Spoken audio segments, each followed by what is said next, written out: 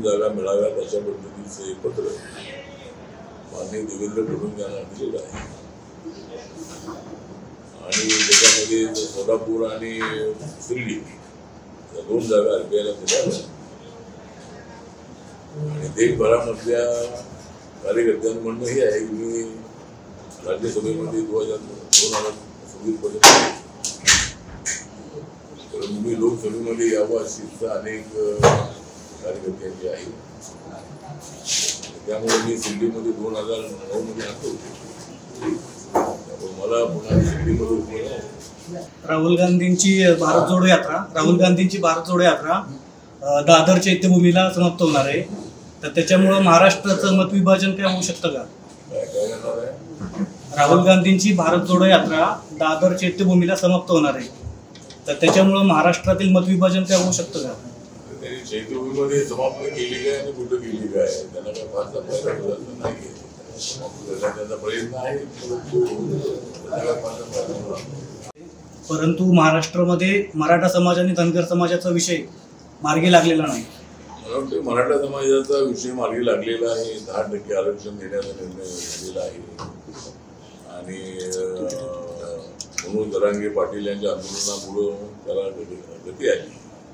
सरकार तर मराठा समाजाला आरक्षण देणारच होतं, त्याला गती त्यांच्यामुळं आली आणि आता 10% आरक्षण देण्यासाठी एक स्पेशल अधिवेशन घेण्यात आलं 1 दिवसाचं आणि त्यामध्ये सर्व पक्षाच्या लोकांनी सहमतीनं 10% आरक्षणाचा निर्णय घेतलेला आहे. त्यामुळं आणि ओबीसीच्या आरक्षणाला धक्का लागणार नाही भूमिका सरकारची होती. त्यामुळं मराठा समाजाच्या आरक्षणाविषयी आता क्लिअर झालेलं आहे. त्यामुळे जरांगे पाटील यांनी आता आंदोलनाची भाषा करू नये, त्यांनी शांततेनं मराठा समाजाचं नेतृत्व करावं अशी त्यांच्यावर आपल्याला अपेक्षा आहे. परंतु 10% आरक्षणाला हायकोर्टामध्ये याचिका दाखल केली नाही, विरोध दाखवला.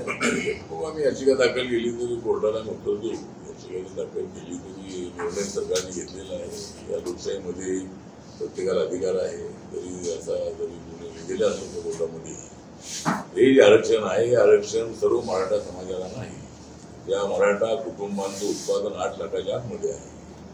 अशा कुटुंबांना त्याचा फायदा होणार आहे. ओबीसीचं आरक्षण सुद्धा क्रिमिनलच्या पद्धतीवर आहे. ओबीसीना जे आरक्षण मिळाले त्याच्यामध्ये सगळं ओबीसीना आरक्षण नाही आहे. त्याची उत्पादन एरिली 8 लाखाच्या आतमध्ये आहे, त्यानंच आरक्षण आहे. त्यामुळं कोर्टामध्ये बाजू चांगली आमच्या सरकारची वतीनं मांडली जाईल. ते आरक्षण टिकण्यासारखं टिकेल असं देणार असं मुख्यमंत्र्यांनी अनाऊन्स केलेलं होतं. त्यामुळं काही त्यामध्ये अडचण येणार. आणखी एक, इंडी गठबंधनचा उमेदवार अजून ठरलेला नाहीये. इंडी गठबंधनचा उमेदवार, पंतप्रधान पदाचा उमेदवार अजून ठरलेला नाही. त्यांच्याकडे उमेदवार 20-25 उमेदवार आहेत.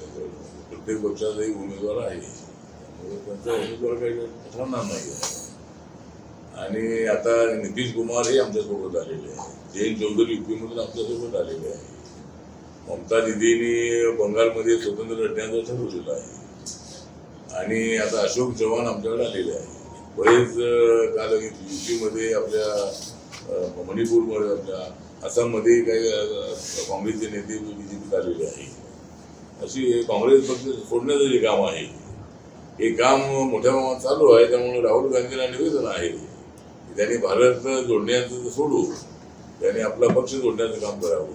जे पक्षातून लोक चाललेले आहेत त्यांना थांबवून ठेवण्यासाठी वेळ द्यावा. त्यांना देशभर फिरून काही तुम्हाला काय फारसा फायदा मिळेल असं नाही असं आपलं म्हणणं आहे. साताऱ्याची सीट कोणाला जाईल? साताऱ्यात उदयनराजेंना BJPला सीट जाईल का काय? कारण की त्या अनेक पक्षांनी तिकीट मागितले साताऱ्यासाठी. साताऱ्यामध्ये अनेक पक्षांनी तिकीट मागितले नाही. तुम्ही तर आता म्हणता की आपल्याला काही आम्ही मागितले नाही. मागितलं असलं तरी आपले उदयनराजे इथले माजी खासदार आहे, बीडमध्ये आहे. BJPला तिकीट मिळालं पाहिजे अशी आपली सूचना आहे. उदयनराजेंचं काम माहिती म्हणून तुम्ही काम करणार. उदयनराजेंचं काम करणार तुम्ही माहिती म्हणून. तिकीट मिळाले करणार ना.